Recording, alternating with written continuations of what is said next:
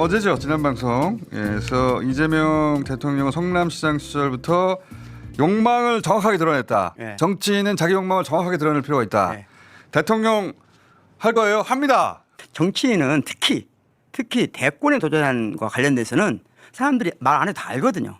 알지. 모르는 사람 어디 있어요? 그 바본가? 사람 언제 도전하겠구나. 그래서 예. 다 알잖아요. 네. 그러면 막 나서서 말할 필요는 없지만 말할 시점이 되면 말을 해야 된다는 거거든요. 그러니까 항상 말할 필요는 없는데 정확하게 질문을 받으면 정확하게 답을 해야 돼요. 정확히 답을 해야 됩니다. 근데 그렇게 훈련된 사람이 잘 없어요. 예. 그거는 조국 전 대표 때문에 이 얘기가 시작되긴 했는데 조국 전 대표뿐만 아니라 거의 대부분의 정치인들이 자기가 가진 정치적 욕망을 정확하게 드러내는 걸 약간 두려워하기도 하고 그리고 어떻게 표현할 줄 잘 몰라요. 저는 솔직히 말하면 그게 두 가지 이유 때문이라고 생각해요. 첫 번째는 둘 중에 하나라고 생각하는데 하나는 주권자에 대한 인식이 부족해서 그렇다고 봐요. 첫 번째는 그러니까 주권자가 지금 어떤 마음을 먹고 있는지 정확한 그러니까 주권자도 상시 변하거든요. 그 변화와 함께하는 사람은 나를 두려움이 어떻게 없어요. 받아들일까? 그렇죠. 한마디로? 지금 주권자가 이 말을 했을 때 어떻게 받아들일지를 모른다는 거예요. 오케이 있을 수 있고. 그러니까 또. 다시 말하면 주권자와 함께 호흡하는 쭉 과정이 있으면 이게 큰 두려움이 없거든요. 첫 번째는 이제 그런 거라고 보고요. 그러니까 두 번째는 본인이 너무 정치적으로 참모들에 의해서 계산된 룰에 의해서 움직이기 때문이라고 그럴 생각해요. 경우도 있어요. 그럴 경우가 많다고 봐요. 그럴 경우도 있고 예. 어, 지금은 특히 어떤 이유든 간에 정확하게 네. 왜냐하면 사람들이 그걸 간 보는 것처럼 보거나 네. 혹은 자기 결심이 모호한 것으로 보거든요. 그렇죠. 예. 아니 정확하게 말을 해줘. 네. 그래야 내가 지지하든지 말든지 하지. 그렇죠. 그 말이에요. 예. 사람들은 이미 다 알고 있는데 그렇죠. 근데 그렇게 말하면 안 된다고들 여겨요. 네. 거기서 벗어난 두 사람이 있었다고 했잖아. 유시민. 아니 나 그래도 안 해. 많이 뒤었거든. 나는 그래도 안 해. 라고 하는 사람과 네. 이재명 대통령처럼 10년 전부터 하지 대통령이라고 네. 말하는 사람 양극단이 있는데 그 중간 대부분은 어중간하다. 네. 정치인들 사이 이런 말 하잖아요. 먼저 손 들고 나오면 죽는다. 부를 때 나와라. 그럴 수도 있지. 예, 이런 말 있잖아요. 그 말하고 저희들이 한 말이 같은 말인데 사람들이 같은 말인지를 몰라요. 그렇지. 이해했나요? 네. 그러니까 주권자가 나오라고 할 때가 있어요. 그때 정확히 손 들고 나오면 되는 거예요. 근데 그 말을 그때도 주저하는 사람이 많아. 혹시 잘못하면 안 될까? 이렇게. 예, 그래서 항상 주권자와 함께 호흡하는 정치를 해야 된다. 그게 언제인지 알기 어렵지 사실. 어렵죠. 예. 예. 말은 이렇게 하는데 이게 알기는 쉽진 않아요. 그렇죠. 예. 그런데 어떤 타이밍에 어떤 말 하는 게 적절할까? 예. 어디까지 표현해야 될까? 예. 고민이 많이 되겠지. 그 이재명 대통령처럼 그러면 한다고 하던가 처음부터 10년 전부터 더군다나 할게요 대통령 이렇게. 성남시장 때 말하면 예. 누가 크게 진지하게 안 받아들일 때잖아요. 그러니까 잠깐 우리가 이제 그때 마지막 오늘 정리인데 파파이스 그 당시 야, 굉장히 10년 놀라운 전- 주장을 하거든요. 또 10년 전 이야기네. 네, 10년 전에 놀라운 주장을 하는데 10년도 넘었어. 네. 자. 한번 보죠. 사고를 더 치실 게 남았습니까? 사고라고 하긴 좀 어렵고 저 기본소득 그러니까 청년배당 그거 한번 지금 해보려고 용역 중이에요. 벌써 이제 그거- 공격이 들어오고 있어요. 저도 얼핏 들었거든요. 굉장히 매력적인 개념인데 이거 뭐랄까요? 빨갱이라고 공격당할 것 같던데. 직업이 있거나 없거나 뭐 기여를 했거나 말거나 상관없이 기본소득이라고 하는 게 그 사회 구성원들에게 그 사회의 공동의 재산으로부터 나오는 수익을 똑같이 나눠 가질 기회를 주자는 거예요. 예를 들면 우리나라에 석유가 난다. 또는 좀 더 깊게 들어가면 우리나라의 토지라고 하는 생산 수단이 있잖아요. 이거는 우리 국민 모두의 것이다. 개인적으로 소유하는 문제는 좀 차치하고 그런 데서 생기는 소득을 공평하게 나눠줘야 된다. 이게 이제 빨갱이라고 들을 수 있는 건데 그렇죠. 당시에는 그랬죠. 공동의 재산으로부터 그렇죠. 나오는 도대체 공동의 재산이 어디 있지? 그러니까 공동의 재산이 뭐지? 예. 우리 배우지를 않았거든. 그렇죠. 다 사유재산만 배웠지. 그렇지. 이 공동의 재산이라는 게 뭔가? 네. 사실은 제가 철학을 공부하면서 특히 현대 철학을 공부하면서 가장 어렵기도 하고 중요한 주제가 뭐냐면 가치가 뭐냐는 거거든요. 가치. 가치는 어디서 발생하는가? 이게 제가 철학을 시작할 때부터 가장 큰 저의 관심사항 중 하나였어요. 그래서 제가 현대 철학 가장 강력한 쟁점이 물건의 가치는 어디서 오냐예요. 물건의 가치는 예. 갖고 싶은 정도의 이 욕망에 투여된다고 보는 거잖아요. 그런데 아주 저는 그렇게 다 간단하게 해결합니다. 아주 오랫동안 사람들은 물건의 가치는 어디서 온다고 생각했을 거예요. 그것은 아주 오랫동안은 간단해요. 아르케에서 가까운 것이 물건의 가치가 높은 거예요. 이렇게 근본. 네. 그러니까 아르케에서 가까울수록 물건의 가치가 높은 거고 아르케에서 멀어질수록 가짜에 해당돼요. 전통적인 사람들은 그랬어. 그런데 현대는 어떻게 열리냐? 아니야. 물건의 가치는 이제 누군가가 미리 정해놓은 게 없어. 정해진 가치란 없어. 오케이. 그럼 물건의 가치는 어디서 와? 오로지 딱 하나에서 와. 노동에서 와. 이게 오케이. 현대 경제학의 탄생이에요. 우리가 오케이. 애덤 스미스 그 이전에는 아르케 예를 들어서 그렇죠.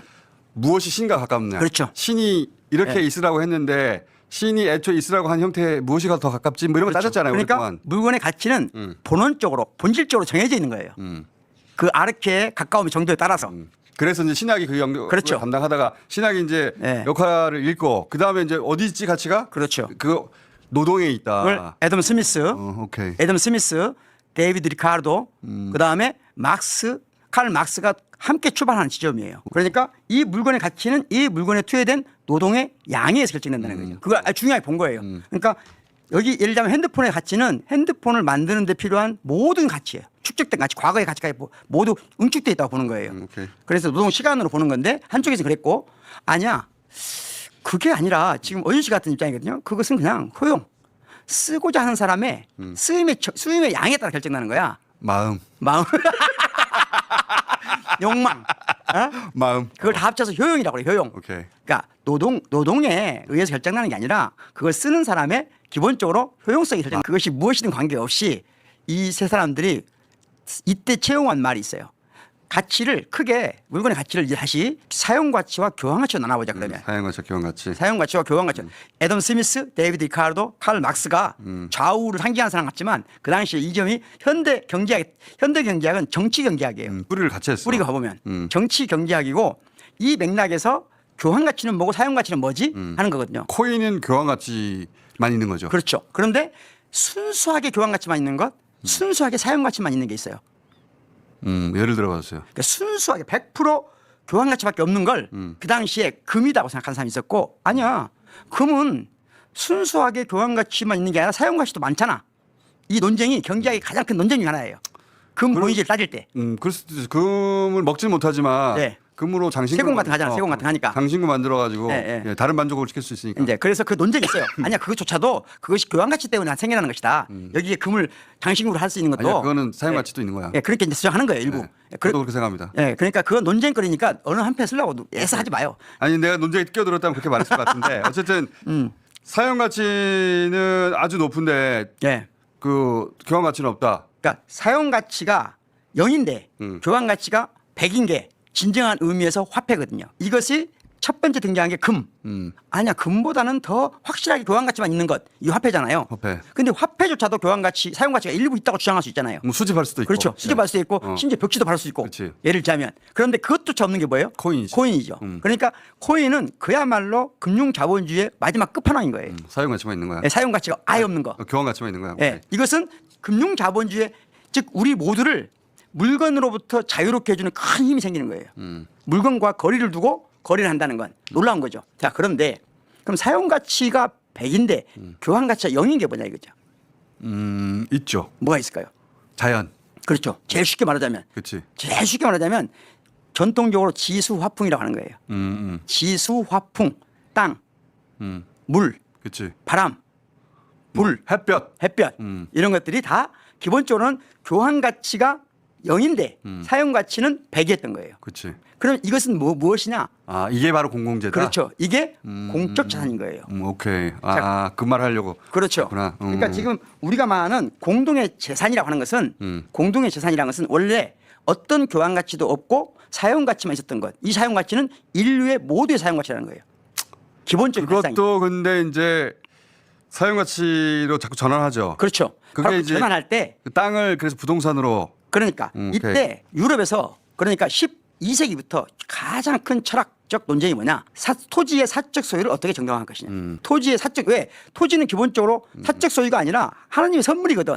모두의 재산이었단 말이에요. 그런데 이제 사적 재산으로 한다고 하면 어떻게 할 것이냐. 그래서 원래 토지의 유일한 소유자는 전통주의 사회에서는 누구였겠어요? 주권자예요. 주권자. 왕일 때는 왕이었고. 왕이 그렇죠. 주권자 곧 토지의 소유자예요. 그런데 주권자가 아닌 자가 토지를 소유하게 되는 문제가 생긴 거예요. 이제 현대에 오면 오케이. 그 사회가 미분화되면서 변화되면서 땅의 소유권이 그 공공재에서 이제 사유재가 되어가는 그렇죠. 과정하고 예. 그 주권이 개개인들이 나눠지는 과정하고 맞물리는 거죠. 맞물려서 가는 거구나. 자, 그러니까 이제 그때 이 인격이란 영어에 person이란 말도 있다 나와요. 예. person이란 말이 오케이, 법적 오케이. 인격체란 말이고 오케이. 사유재산을 가질 수 있는 자 그게 인격체야. 인격이 없는 사람은 사유재산을 못 가져. 오케이. 근데 그때 사유재산을 가장 중요한 사유재산이 뭐냐면 지금은 돈이지만 그때는 토지였단 말이에요. 토지를 사적으로 소유할 수 있는 권한을 어떻게 정당화할 것인가. 그 오랜 논쟁의 끝에 누가 있냐? 위대한 철학자 임마누엘 칸트가 있어요. 그 사람이 됐어요. 칸트가 위대한 것은 그 전에 모든 논의를 저수지처럼 빨아들여서 누구도 거부할 수 없는 안을 만들어낸 거예요. 그러니까 오케이. 칸트 혼자 한 게 아니고 오케이, 그러니까 칸트가. 다시 말하면 이제까지 토지의 소유는 주권자였잖아요. 네. 그럼 주권이 지금 어떻게 바뀌었죠? 뭐 왕에서 왕에서 개인으로 개인으로 시민으로 바뀌었잖아요. 점점점 나눠지고 있어요. 그러니까 네. 이것은 시민 모두의 것이다. 첫째, 어. 땅은 시민 모두의 것이라는 전제에 의해서 2차 소유를 하는 거예요. 그러니까 사적 소유는 공적 소유의 전제에 의해서만 타당하다. 그 토지 공용제 개념을 그렇죠. 그때 탄생했다는 그렇죠. 거예요. 그러니까 토지는 기본적으로 모든 사람의 것인데 그 전제 하에서 이 주권자 모두의 것이에요. 그러니까 국가로 보면 국가 내부의 땅은 모두 그 국가의 국민들의 것이야. 그 전제에 의해서 그걸 파괴할 수는 없죠. 어떤 경우에도 이건 파괴되잖아. 그 위에서만 점유권, 사용권, 계약권 등의 소유권을 갖는 거예요. 사적 소유권이란 제한이 되는 거예요. 그러니까. 칸트가 엄청나게 앞서갔네. 그렇죠.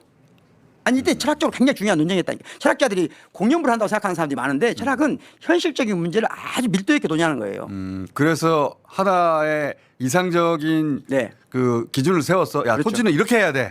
토지는 기본적으로 다 공공재야. 그렇죠. 그런데 사람들이 사적으로 이용할 수 있는 권한을 그때그때 불허하는 것이다. 이용, 점유권이 첫 번째 점유, 사용, 그다음에 거래, 매매권 이 세 가지가 기본이거든요. 이 세 가지만 임의적으로 갖는 거예요. 사적 소유예요. 그러니까 언제든지 내 거니까 내 마음대로 할 수 있다 안 됩니다. 그러니까 옛날에 왕이 양반들한테 공을 시하게 주는 거예요. 그럼 거기서 일부 매매할 수 있게 해주는 거예요. 그러나 왕이 언제든지 회수할 수 있는 거예요. 그것을 즉 왕의 지위를 누가 갖는다 이제 주권자인 시민 전체가 갖는 거죠. 자 그러면 이게 토지 공개념인데. 그렇죠. 그러면 칸트가 이 토지를 사용하는 사람은 사용료를 내야 될 거 아니에요. 그러니까 사적 소유権이니까 내 거다가 아니라 그 이전에 이건 모든 국민의 것이니까 그 돈을 내야 된다는 거예요. 그 토지세죠 말하자면. 그 세금은 누구한테 가야 되느냐 이거예요. 그게 말하자면 누구한테 가야 되냐? 이게 기본 소득이 되겠네. 그렇죠. 다시 말하면 교환 가치는 0이었던 것을 사용 가치 100이었던 것을 교환 가치를 부여할 때 생겨나는 모든 가치는 누구한테 가야 된다? 그것을 원 소유자의 모두에게 공급돼야 된다. 기본 소득의 개념은 철학적으로 칸트까지 거슬러 올라가는 그렇습니다. 개념이다. 그런 거지 지금 포퓰리즘이야 이런 게 아니에요. 야, 이 해석은 내가 처음 들어봤는데. 놀라운 거죠. 그러면 이제 지금 중요한 논의는 자 공기도, 자, 물도 지금 교환 가치가 부여됐잖아요. 네. 물에 대해서 우리가 지금 교환 가치를 부여했잖아요. 그럼 거기서 소요되는 그 물을 사용하는 사람들은 내는 세금은 기본소득으로 가야 된다. 바람도, 구름도, 심지어 불도. 그러니까 이거는 근본적으로 아니 기본소득 하는데 기본소득 재원을 어떻게 마련할 거야? 이 말에 대한 대답이에요. 그렇습니다. 네. 이해했어요. 그리고 이것은 어제 오늘의 얘기가 아닌데 수백 년간 이어진 논쟁이 논쟁에서 대체적인 합의를 이룬 것이 더군다나 오늘은 이것이 효용성이 있기 때문이다. 이런 거는 학교에서 가르쳐야 되겠다. 어릴 그렇죠, 때. 당연히. 왜냐하면은 우리나라에서 부동산에 대해서 가르치지 않을 뿐만 아니라 사적 소유만 가르치거든요. 내 거. 그래서 어. 제가 이제 건축 여기 살잖아요. 건축을 할 때 제가 건축 가르칠 때 가장 중요하게 생각하는 게 뭐냐면 자, 여러분이 건축물을 집을 짓는다고 쳐봅시다. 그러면 집의 안쪽은 사적 공간일지 모르지만 집 바깥은 공적 공간입니다. 그래서 경치를 빌려온다는 개념. 그렇죠. 그러면 그 바깥 공간에 대해서는 공적인 것으로 규제할 수 있습니다. 그것이 기본적으로 내가 이 건물의 사적 소유자라고 해서 사적 소유만 있는 게 아니에요. 공적 소유가 함께 있는 거예요. 모든 사적 소유는 공적 소유에 기반을 있는 그래서 거죠. 일정 정도 크기 이상의 건물의 그 공공시설물. 그렇죠. 예를 들어서 뭐 예술시설물을 해야 된다든가 이런 규정들이 있는데 그렇죠. 거기서 기반해서 출발하는 그렇게 거네. 기반하는 거예요. 예를 들면 그 건물이 바깥이 흉물스럽거나 공동체가 지향하는 미적 가치 훼손되면 규제할 수 있는 거예요. 오케이. 그래서 심지어 유럽에 가보시면 알겠지만 지붕 색깔 마음대로 못 합니다. 프랑스나 영국 이런 도시 다 유럽 대부분 도시 마찬가지인데 가보면은 이 개념이 철저하게 적용이 돼서 철저히 적용되는 거예요. 400년 된 이 예. 건물에 에어컨 실외기를 달지 말지 마음대로 결정 못해 그렇게 개인이. 못합니다. 예. 왜? 그 공공재이기 때문에. 이 건물을 어떻게 개발해야 된다? 그럼 시의 허락을 받아. 자기 건물인데 시의 허락을 받아야 돼요. 그렇습니다. 그러니까 사적 소유지만 사적 소유의 그러니까 자본주의 사회의 사적 소유는 공적 소유의 기반 위에 있다는 걸 잊어버리면 안 돼요. 자본주의가 거기서 탄생했는데 그렇죠. 우리 사회에서는 자본주의는 개인의 것은 완벽하게 개인의 것이고 예. 누가 건들지 못해 이렇게 생각하는데 아니에요. 예. 개인 소유인데 공적 영역이 들어와서 규제하는 부분이 많이 있어요. 그렇습니다.